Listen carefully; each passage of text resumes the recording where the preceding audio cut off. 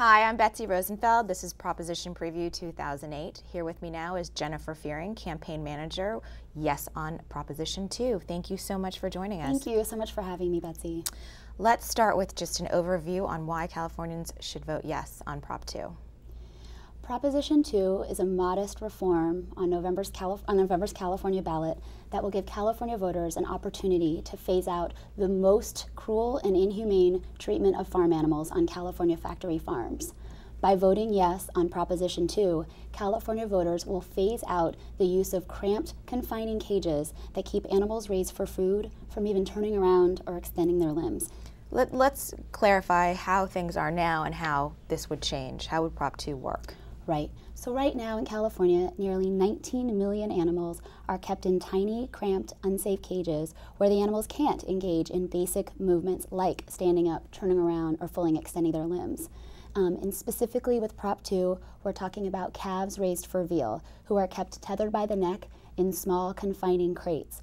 We're talking about pregnant pigs who are kept throughout their entire pregnancies in 2-foot by 7-foot wide crates where they can't even turn around.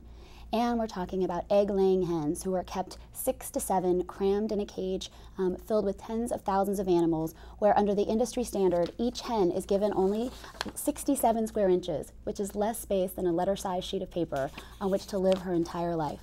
It's simply wrong, and we've got to phase it out by passing Prop 2. Prop 2 also has some strong opposition. What do you say to the other side's arguments? The other side has no answer for the cruelty. These systems are unnecessary.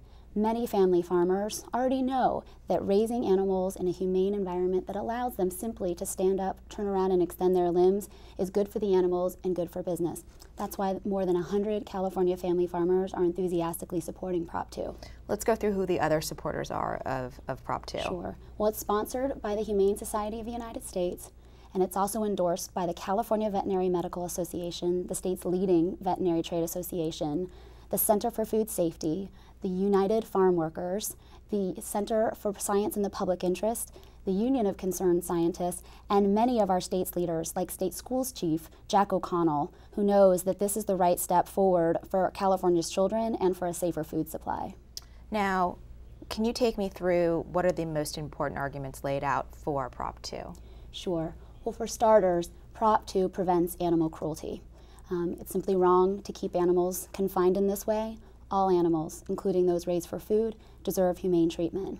Secondly, it supports family farmers, as I mentioned. Large corporate agribusiness firms are cutting corners and putting profit ahead of animal welfare, and they're making it hard for family farmers to compete.